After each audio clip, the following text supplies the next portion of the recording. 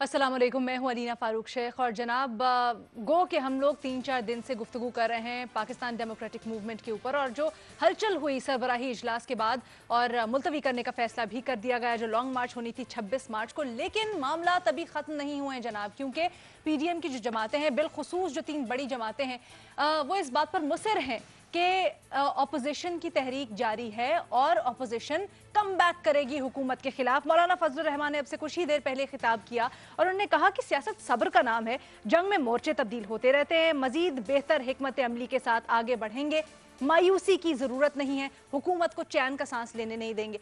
मौलाना फजलुर रहमान साहब ने तो ये कहा है, लेकिन पीपल्स पार्टी और नून लीग में जो इख्तलाफात हैं, सोच के इख्तलाफात हैं, वो अपनी जगह मौजूद है। मुस्लिम लीग नून का मौक़िफ़ एक जगह, पीपल्स पार्टी के जॉइंट चेयरमैन का जो सख्त मौक़िफ़ सामने आया वो अभी तक गरां गुजर रहा है मियां नवाज शरीफ और उनकी पार्टी के ऊपर। साथ ही साथ कमर जमान कायरा साहब ने कल एक TV शो में गुफ्तगू करते हुए कहा है कि जनाब, इस्तीफे इंतहाई कदम है जिसके ऊपर अभी जाना हम ज़रूरी नहीं समझते, लेकिन फिर भी वो CEC में इसको रखेंगे तजवीज़ को सामने और उम्मीद करते हैं कोई मुस्बत इकदाम आगे आएगा। तो हमने एनालिस्ट से ये पूछना है कि एक जानिब थोड़े मिक्स से जो रहनुमा है पीपल्स पार्टी और नून लीग, दोनों की तरफ से ये आ रहा है रद्द अमल कि आगे होता है क्या होता है कुछ समझ नहीं आ रही। दूसरी जानिब नून लीग के रहनुमा ये भी कह रहे हैं कि जी ऑप्शन ये भी है कि अगर पीपल्स पार्टी इस्तीफों पर नहीं गौर करती है, उसकी हिमायत नहीं करती, तो आगे बढ़ दिया जाएगा।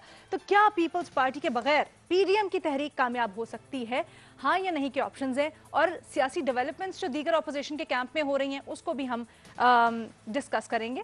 और प्रोग्राम में आज हमारा साथ दे रहे शहजाद इकबाल साहब, इरशाद भट्टी साहब, महमूद सरफराज साहिबा, न्याजी साहब हमारे साथ मौजूद हैं। इट्स थर्सडे, न्याजी साहब डे, और रीमा उमर साहबा टेलीफोन लाइन पर हमें ज्वाइन करेंगी। शहजाद इकबाल साहब, आपसे गुफ्तगू का आगाज़ करेंगे। सबसे पहले तो ये बताएं कि जिस तरह से ये मिक्स सिग्नल्स आ रहे हैं, कमर जमान कायरा साहब कहते हैं कि जी वो एटम बम जिसको आखिर के लिए बचा के रखा था उसको अभी इस्तेमाल करने का वक्त नहीं है, अगर ज़िमनी इंतखाबात हो गए तो फिर हम क्या करेंगे, फिर उसके बाद क्या ऑप्शन बचेगा। तो क्या समझते हैं जो इस वक्त तावील दे रही है पीपल्स पार्टी वो दुरुस्त है? मैंने सुना है कायरा साहब की ये गुफ्तगू जो कल उन्होंने की कि इस्तीफे हम अभी भी देना चाहते हैं, लेकिन हमने कहा था कि वो लास्ट ऑप्शन है, आखिरी ऑप्शन हमारा होगा।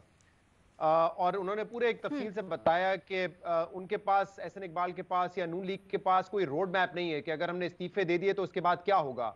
अगर हुकूमत ने बाई इलेक्शन करवा दिए तो फिर हम कहां खड़े होंगे, और अगर हुकूमत बाई इलेक्शन नहीं करवाती और नए इंतखाबात भी हो जाते हैं तो फिर क्या होगा।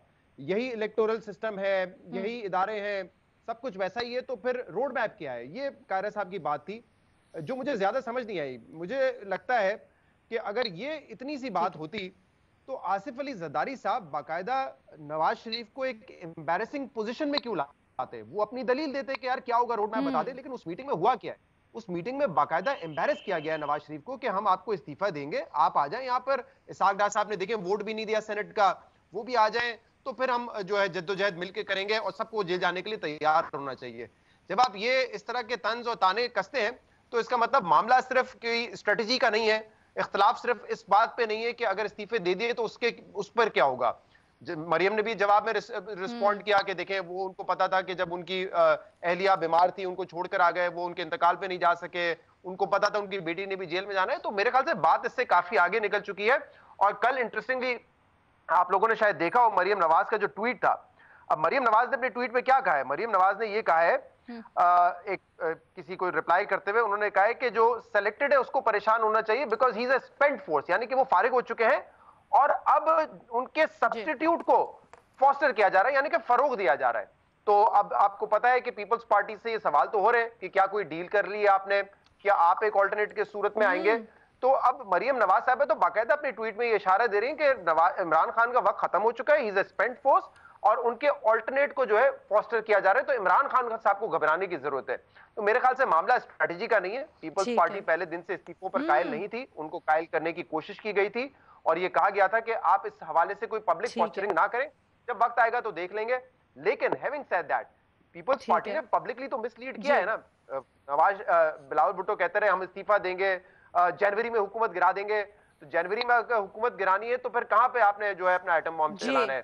खैर एटम बॉम्ब से तो मुझे एक बात याद आती है, हमेशा ये कहते हैं, मैंने अभी वो इश्तिहार देखा था, एक पाकिस्तानी बड़ी फ्लॉप फिल्म थी हसीना एटम बॉम्ब। वो फिल्म भी फ्लॉप थी और जिस तरह ये एटम बॉम्ब है बिलावल भुट्टो जरदारी साहब का, वो भी फ्लॉप ही है, तो उसको साइड पे रहने दे, ये इस्तीफे कभी नहीं आने। फ्लॉप ही, अच्छा ठीक है, ठीक है, इस्तीफे कभी नहीं आने। तो अगर, क्या आपको लगता है तहरीक पीपल्स पार्टी के बगैर आगे बढ़ेगी? वैसे क्योंकि आप कह तो चुके हैं कि तहरीक दम तोड़ गई है, तो इसलिए मैं आपका ऑप्शन ना कह रही हूँ, राइट? 3 महीने पहले ही हो चुकी थी, अब तो बस जी ठीक है। लेकिन ये जो आपने सब्स्टिट्यूट वाली बात की है ना, जिस ट्वीट का हवाला दिया है, बड़ी यहाँ मैं भट्टी साहब आपकी तरफ लेके जाऊंगी, क्या पीपल्स पार्टी पीटीआई का सब्स्टिट्यूट है?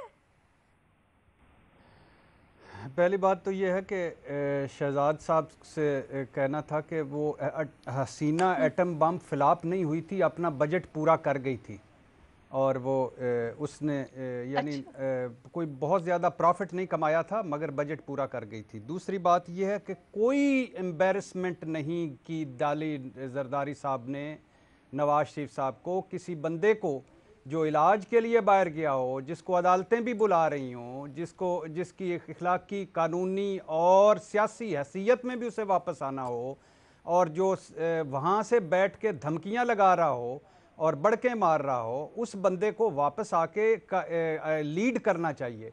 यानी आप अगर एक जेलें खाने के लिए ये रह जाएं, आप वहाँ से बैठ के रोज़ाना 4-4 बंदों के नाम लेते रहें, आए ना मुकदमा लड़ें, आए ना लीड करें, और कोई नेकियां करते हैं कि मैं मेरा फलां इधर है तो मैं उधर हूं, तो मेरा फलां इधर है तो मैं उधर हूं, छोड़ दें सियासत अगर नहीं होता तो। ये नेकी हम पे कि सारे को जो भी आता है कि नेकियां ही करता जाता है। जी मैं तो फलां, मेरे तो 5 घर वाले वहाँ हैं, तो भाई साढ़े तो सारे ही घर वाले यहाँ हैं, हम तो हर रोज़ ही यहाँ हैं, तो क्यों नहीं आते आप?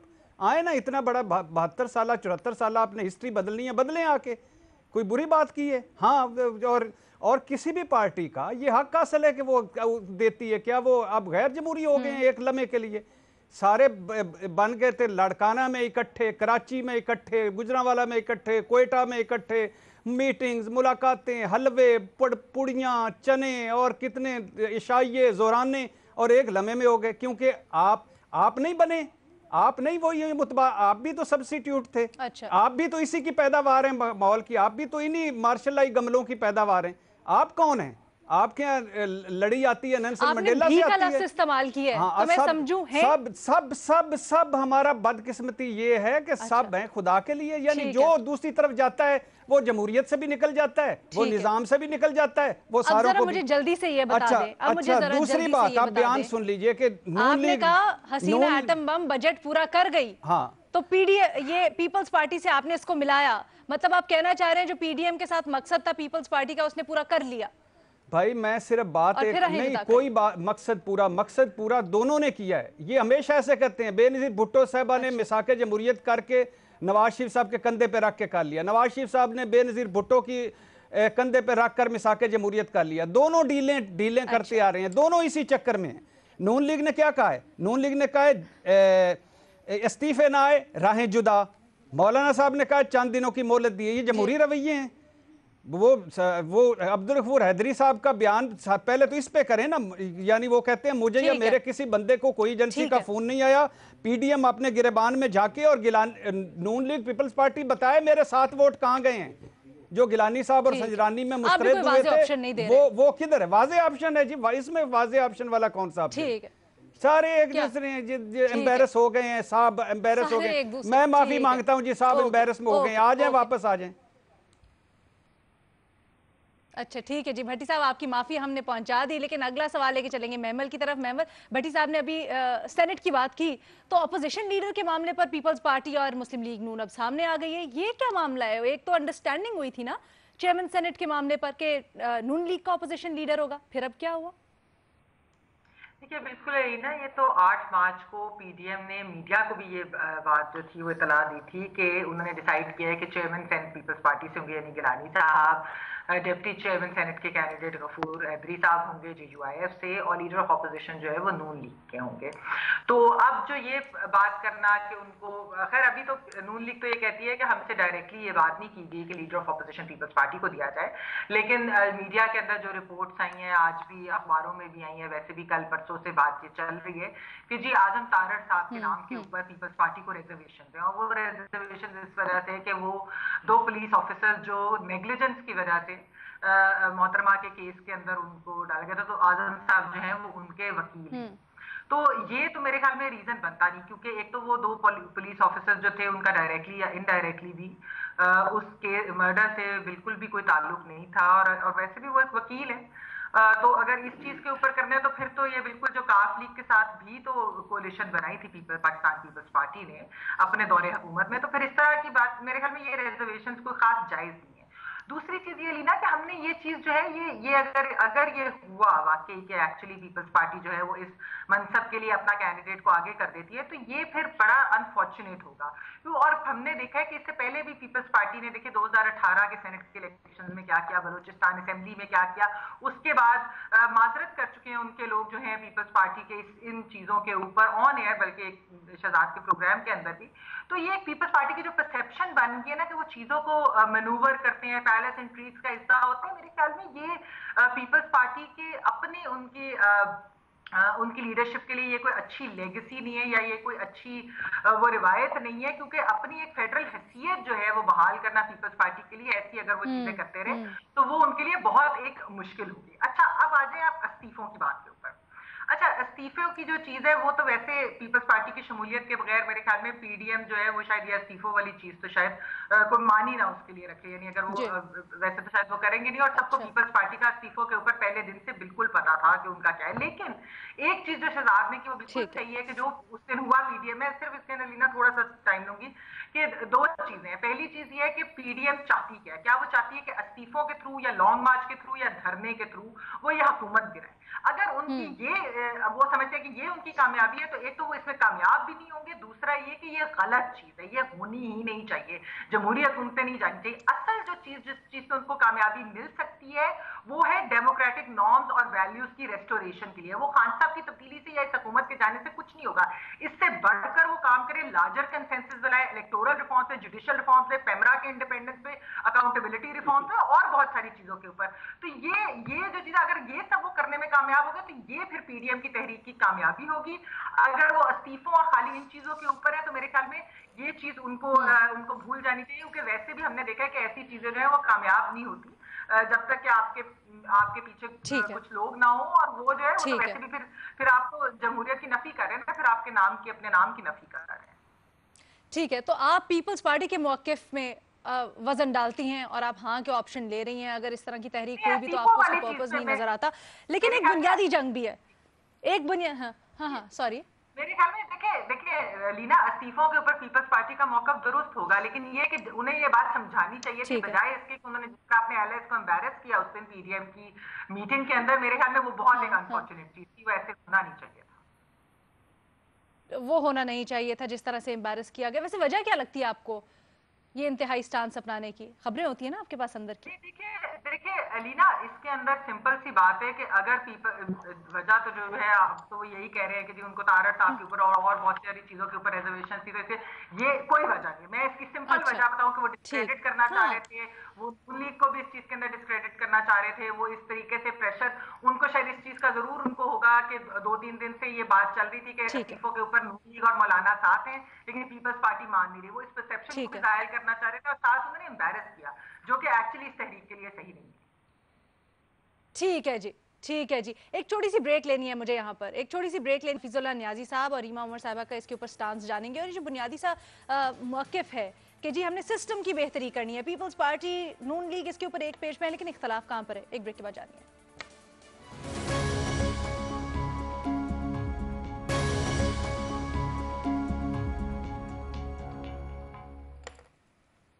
ब्रेक के बाद खुशामद दीजिए। अपोजिशन का जो एजेंडा है, जो तहरीक है, उसके ऊपर हम गुफ्तगू कर रहे हैं, सिलसिले में होने वाली पेशरफ्त और क्या पीपल्स पार्टी के बगैर ये तहरीक मुमकिन है। अपने एनालिस्ट से पूछ रहे हैं। नियाजी साहब, आपसे ये जानना चाहेंगे, ब्रेक से पहले जैसे हम गुफ्तगू कर रहे थे कि बुनियादी नुक्ता एक ही कि जी सिस्टम से मुदाखलत पाक करना और सिस्टम को शफाफ बनाना, लेकिन दोनों का मौक़िफ़ फ़र्क है। पीपल्स पार्टी कहती है सिस्टम के अंदर रह के, पार्लियामान के अंदर रह के इसको ठीक किया जाए। मुस्लिम लीग नून कहती है कि जी एट वट एवर कॉस्ट, अगर सिस्टम के अंदर रही रहे ख़ास तौर पर, तो फिर चेंज उस तरह से नहीं आएगा जो हम चाहते हैं। आप किसके पलड़े में वजन डालते हैं अपना?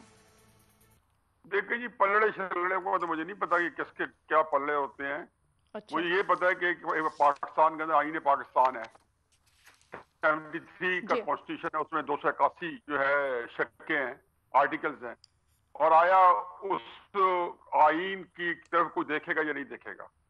नवाज शरीफ साहब ने 93 में कहा था मैं डिक्टेशन नहीं लूंगा, और रिफतें पाई थी, कौम ने सराखों में उठाया था, उनको सियासत में लेजिटिमेसी मिली थी। फिर उसके बाद जब 2017 के अंदर जब उनको वहां से निकाला गया, तो फिर क्या किया कि वो जीटी रोड से आए और एक नारा लगाया कि वोट इज्जत दो। वो नैरेटिव जो है आजकल हुकूमत भी यूज कर रही है। अकेले थे, कोई पीएस पार्टी नहीं थी, और उसके ऊपर ही उसके ऊपर जाकर उन्होंने फिर एक इलेक्शन भी जीता था, जो कि उनकी अपनी वजह से खाली हो गई थी। फिर 13 जुलाई को वो गिरफ्तारी देने आए मरीम नवाज के साथ। तो क्या साबित करना था कि ये चीजें उनके लिए हैसियत नहीं रखती। और जब वो आ रहे थे तो ये दुबई पहुंच गए थे, अबू धाबी, और उनको रोक लिया था कि खुदा के वास्ते आप लंदन चले जाएं, आपको तो भेजा इसलिए किया था। हम आपकी बेइज्जती भी करते रहे, हम अपना झूठ और फ्रॉड और जो पाकिस्तान की जो तबाही बर्बादी का निजाम है वो भी चलाते रहे, और आप उसको ठंडे पेट से आप पाकिस्तान ना आए। जेल में ज़ाहिर नहीं रख सकते, डाल दें, मरियम को 2 दफा डाला, रख के दिखा दें। लेकिन भी एक बात पहले सुने कि जब जो चीज अगर ओनरशिप लोगों के पास चली जाए, अब तहरीकें जो होती हैं कभी भी ये ना समझें कि कोई मेजॉरिटी से चलती है। मैंने आज तक कभी तहरीक मेजॉरिटी से नहीं चलती देखी। मैं 68 की तहरीक में भी प्रैक्टिकल सड़क पे था, 1977 की तहरीक में भी था, 2000 साहब की तहरीक भी सड़क में था, 13 जुलाई को भी मैं सड़क के ऊपर था जब नवाज शरीफ आए। तहरीकें चलती हैं जील के ऊपर, जोशो खरोश के जज्बे के ऊपर। नवाज शरीफ साहब की पंजाब में अहमियत है, पीपल्स पार्टी की कोई अहमियत नहीं है। इस्लामाबाद के करीब जो है आपका, सर क्या जोश और खरोश ज्यादा नहीं हो जाएगा अगर नवाज शरीफ साहब वतन वापस आ जाए, जैसे कि जरदारी साहब की डिमांड? क्यों आए? क्या कमी रह गई है? जरदारी साहब की डिमांड का विश लिस्ट का तो मुझे नहीं पता, उनको और भी शामिल कर सकते हैं। कोई जरूरत है, मुस्लिम यूनियन को जरूरत है, वर्कर को जरूरत है, नहीं है। ये डिमांड को वर्कर ने किया, मुस्लिम यूनियन नहीं है। मैं सिर्फ एक बार मेरी बात सुनते जाए, एक बात सुनते जाए, मैं वाइंड अप करूँ। फजल रहमान साहब 2019 में साबित कर चुके अक्टूबर में कि वो बंदे निकाल सकते हैं। ठीक है। नवाज शरीफ साहब जो है इस्लामाबाद के इर्द गिर्द या रावलपिंडी के इर्द गिर्द मुस्लिम यूनियन का स्ट्रॉन्ग होल्ड है, जेलम से लेके हजारा तक, जहां से लोग निकले सह रहे हैं। ना मुस्लिम यूनियन को किसी की जरूरत है, ना फजल रहमान को जरूरत है, और ना मुस्लिम लीग नून को किसी की जरूरत है, ना मौलाना को किसी की जरूरत है। आप तहरीक पीपल्स पार्टी के बगैर भी चला सकते हैं, और खास तौर पे आप कहते हैं कि नवाज शरीफ के वापस आने की तो जरूरत ही नहीं है, आपको ऑप्शन मैंने हाँ में लिखी है। सब माजरत के साथ वक्त मेरे पास बड़ा कम है, रीमा उमर का भी मैं जवाब देना चाहती हूँ। रीमा जी, शुक्रिया अलीना। अलीना 2-3 बातें। पहली तो ये, हमने अभी तक इसकी बात नहीं की कि हुकूमत बहुत खुश हो रही है, हुकूमत के नुमाइंदे बहुत खुश हो रहे हैं कि पीडीएम के अंदर जो है कॉन्फ्लिक्ट आ रहे हैं। तो ये मुझे समझ नहीं आता, क्योंकि एक हुकूमत का सक्सेस जो है, आप उसको इससे तो जज नहीं करते कि ऑपोजिशन कितनी आपस में मिल के बैठी हुई है या नहीं, या ऑपोजिशन की क्या सक्सेसेस हैं। आप तो उनकी परफॉर्मेंस से जज करते हो ना। तो हुकूमत की परफॉर्मेंस क्या है, उस पर लोगों के क्या एतराज़ात उठ रहे हैं, क्या मसाइल सामने आ रहे हैं, उनको उस पर फोकस करना चाहिए। और अभी चले 1 हफ्ता 2 हफ्ते वो जुगतें थोड़ी मार लेंगे, हंस लेंगे, लेकिन उससे हुकूमत को कोई फायदा नहीं होगा, और हुकूमत जो है ज्यादा मजबूत नहीं होगी इस चीज से। दूसरी बात ये कि मेरा ख्याल है पीडीएम में चाहे आपकी स्ट्रैटेजीज में फर्क हो, रेजिग्नेशन के ऊपर, लॉन्ग मार्च के ऊपर, और आपके ऑब्जेक्टिव से भी फर्क हो सकता है, लेकिन ये जो पब्लिक में जैसे कहते हैं ना, अपनी airing your dirty laundry in public, ये नहीं करना चाहिए। तो ये जो कुछ बयानात सामने आ रहे हैं, एक दूसरे को टॉन्ट सामने आ रहे हैं, पुराने जो वादे किए हुए हैं उस पर वापस कुछ पार्टीज, एटलीस्ट रूमर्स तो ये हैं, वो हो रहा है, ये नहीं होना चाहिए। अगर आपकी नहीं भी एग्रीमेंट किसी चीज पे, या कोई पार्टी किसी को प्रेशराइज करने की कोशिश कर रही है, तो ये इनको मेरा नहीं ख्याल पब्लिक में करना चाहिए, क्योंकि ऑपोजिशन के लिए ये एक अच्छी लुक है कि वो यूनानिमस हैं, और मेरा नहीं ख्याल ये उनके लिए फायदेमंद है जो इस तरह के बयानात पिछले कुछ दिनों में सामने आ रहे हैं। खासतौर पे मैं सुन रही हूँ अलीना, जो लोग नवाज शरीफ साहब जब पाकिस्तान में थे उन पे भी बहुत एतराज उठाते थे कि वो तो इतने करप्ट हैं, वो सियासत ही क्यों कर रहे हैं, वो बेल पे हैं, वो बात ही क्यों कर रहे हैं। तो अगर वो वही एतराज़ात अब भी उठा रहे हैं कि वो लंदन में हैं, तो नवाज शरीफ साहब वापस आ जाएंगे, वो उन लोगों को खुश नहीं कर सकेंगे। लीगली उन्हें वापस आना चाहिए, हमारी अदालतों के फैसले हैं, लेकिन पॉलिटिकली ये जरदारी साहब का अगर ये बात सच है कि उन्होंने कंडीशन लगा दी है कि वो वापस आए तब इस्तीफे होंगे, ये मुझे तो समझ नहीं आता, क्योंकि पॉलिटिकली शायद नवाज शरीफ साहब का बाहर रहना उनको फायदा दे रहा है। और ऐसा भी नहीं है कि कोई उनके स्टेक्स नहीं है, क्योंकि मरियम उनकी बात करती हैं, उन्हीं का बयानिया लेके सामने चलती हैं, वो पाकिस्तान में हैं और उन्होंने जेल भी काटी है और कल को ये भी हो सकता है वो वापस जेल चली जाए। और आखिरी बात अलीना जो मेरे लिए सबसे अहम है, मैं हमेशा ऑल पार्टीज कॉन्फ्रेंस के जो 26 पॉइंट रेजोल्यूशन है उस पे जाती हूँ। मेरी नजर में इस्तीफे या लॉन्ग मार्च ये आपका हक है आईनी तौर पे, इसमें कोई गैर कानूनी चीज नहीं है। तो ये ऑप्शन क्यों नहीं होनी चाहिए? होनी चाहिए। अगर आपको सबको जेलों में डाल दें, उनके खिलाफ हर तरह के केसेस बनाएं, तो वो इतना भी ना करें, वो फिर भी यही कहें चले हम सिस्टम में रह के रिफॉर्म करते हैं। आप अगर इतना उनको पुश अगेंस्ट द वॉल करोगे तो ये ऑप्शन शायद कभी ना कभी उन्हें एक्सरसाइज करने की जरूरत पड़े। अब वो वक्त है कि नहीं, इस पे बहस हो सकती है, लेकिन ज्यादा अहम मेरे लिए वो 26 पॉइंट रेजोल्यूशन है। उसमें अदलिया की स्ट्रेंथनिंग की बात है, उसमें इलेक्टोरल रिफॉर्म की बात है, उसमें रीना बहुत और इस मुल्क में जो मिसिंग पर्सन्स की उसमें बात है, उसमें मीडिया की बात है। ये सब चीजें, लेकिन रीमा वो चीज कहीं पीछे रह गई ना। बिल्कुल अलीना, तो पीडीएम की जो कामयाबी है ना, वो मेरी नजर में इसमें है कि वो उन सब चीजों को वापस प्रायोरिटाइज करे, क्योंकि इसी से जो उन्होंने बात की है ना कि एस्टैब्लिशमेंट का रोल सियासत से खत्म करना है, ये सब चीजें हैं जो एस्टैब्लिशमेंट का रोल सियासत में लाती हैं। अकाउंटेबिलिटी का अमल, जुडिशरी में 26 नुकात थे जो पहले आए थे, आपकी राय में चाहिए अलीना, अगर उसको मद्देनजर रख के उसके ऊपर वापस आए पूरा होगा, और उसके लिए जितनी पार्टी इकट्ठी होंगी वो बेहतर है। जी ठीक है, ठीक है, ठीक है। एक छोटी सी मुझे ब्रेक लेनी है, उसके बाद होता है।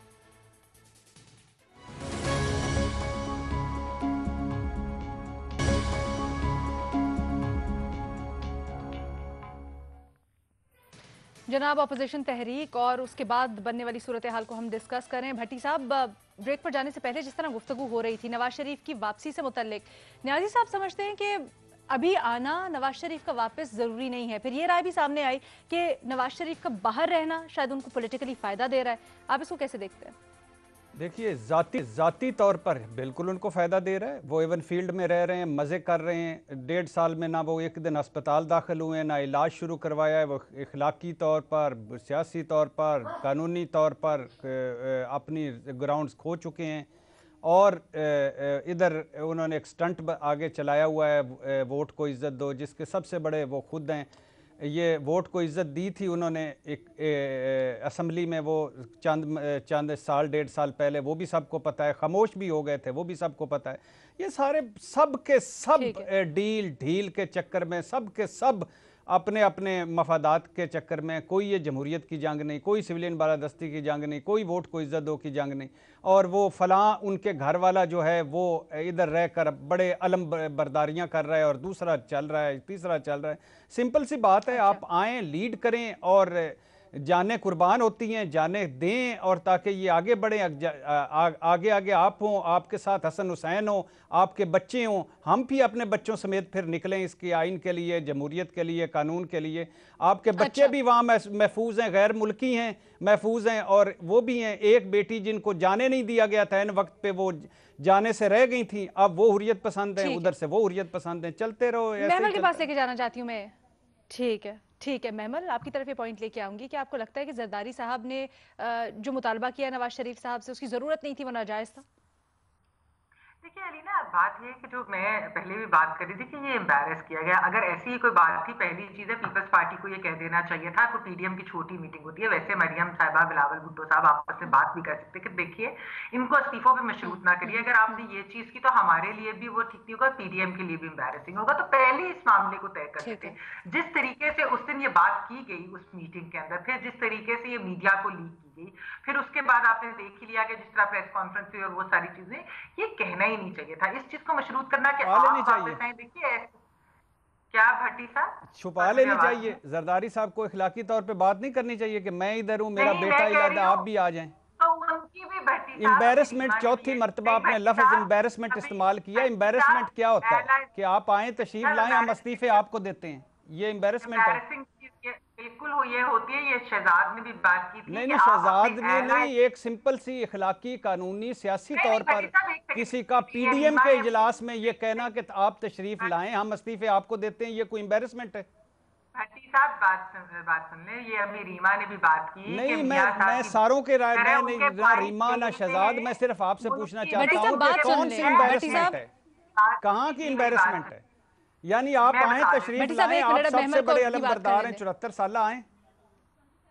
भट्टी साहब बात ये उनकी बेटी इसमें लीडर है, हद हो और गई है, वो- बेइज्जती, इज्जत बेइज्जती, ये उनके तहरीक भाई चलानी बहन है। बच्चे- तहरीक ठीक है में भट्टी एक साहब, आपका पॉइंट लंदन आ गया। एक बैठा मिनट, हुआ है, महमल एक को कहीं जवाब और देने बैठे दें। हुए हैं, एक कहीं और अब बैठे हुए हैं। महमल को तहरीक जवाब चलानी देने है, दें। मिलके चलाएं, सिंपल सी बात है। जेल भट्टी जाना है, साहब, मुझे मिलके प्रोग्राम जाएं। क्लोज करना है, महमल को जवाब देने दें। आपका मौक़िफ़ आ गया, मैं महमल को एक मिनट सिंपल जवाब देने दें। जी महमल। जी अलीना, ये अभी रीमा ने भी बात की थी। मरियम नवाज साहबा इधर आप हैं, 4 उनके मरतबा भाई जो है- एम्बेरसमेंट आपने या लफ्ज आपके इस्तेमाल किया, भाई जो कौन है- सी मैं एम्बेरसमेंट है? एम्बेरसमेंट पे भी आती हूँ भट्टी साहब। उनके भाई जेल में है, नवाज शरीफ साहब के। ओ उनके भाई, भतीजे कोई हमारे लिए थोड़ी जेल में, करप्शन है। इल्जामात है उनकी वजह से जेल में है, हमारे लिए थोड़ी, अवाम के लिए थोड़ी है, कोई भी अवाम के लिए नहीं है। जे इल्जामात हैं वो भुगत रहे हैं, भुगतना चाहिए, उनके बनाए हुए कानून है, उनके बनाए अच्छा, हुए एक नैब मिनट, है, एक उनके मिनट, बनाए एक हुए मिनट भट्टी साहब। निजाम है। यानी सारे एहसान कर रहे हैं, जो जेलों में भी हैं, जो इधर भी हैं, जो लंदन में, सब एहसान कर रहे हैं हम पे। नहीं, मैं कह रही हूँ कि ये इस चीज से मशरूत करना कि आप वापस आए, तो मतलब कि उनकी फैमिली तो इधर है ना, तो ये बात कहना। और जब वो इलाज के लिए बाहर गए हुए हैं, और एम्बेरस में इसलिए यही बात ठीक कर है। रही हूँ कि ये बात पहले भी तय हो सकती थी कि आप रेजिग्नेशन की बात ना करें, हमने नहीं देने। इसको एक सिविलाइज तरीके से किया जा सकता था, जिस तरीके से उस दिन हुआ। फिर जो पूरा इस तरह अभी रीमा ने भी बात की कि गवर्नमेंट भी इस चीज को बड़ा एंजॉय ठीक कर है। रही थी, और बाकी तो ये डिस्क्रेडिट आप कर रहे हैं, ना सिर्फ ठीक अपने है। एलाइज को आप अभी डिस्क्रेडिट करें। क्रेडिट है, तहरीक को कोई जो रह गया कच्ची क्रेडिट? तहरीक है, सारे ये क्रेडिट रह क्रेडिट गए। डिस्क्रेडिट। बिल्कुल भट्टी लेकिन साहब, सवाल उठता है, सवाल उठता है इस मौके पर, जब आपस में बातें भी हो रही थी, जब पर्सनल फोन कॉल्स भी हो रही थी, न सिर्फ इजलास में बल्कि उससे बाहर भी, उसके बाद इस मौके पर ये बात करना, जरदारी साहब का इस तरीके से करना, और उसके बाद उस बात का लीक हो जाना, सवालात तो जन्म देता है। जनाब, अनफॉर्चुनेटली हमारे पास वक्त खत्म हो गया है। हम आपसे कल दोबारा मुलाकात करेंगे। अल्लाह हाफिज।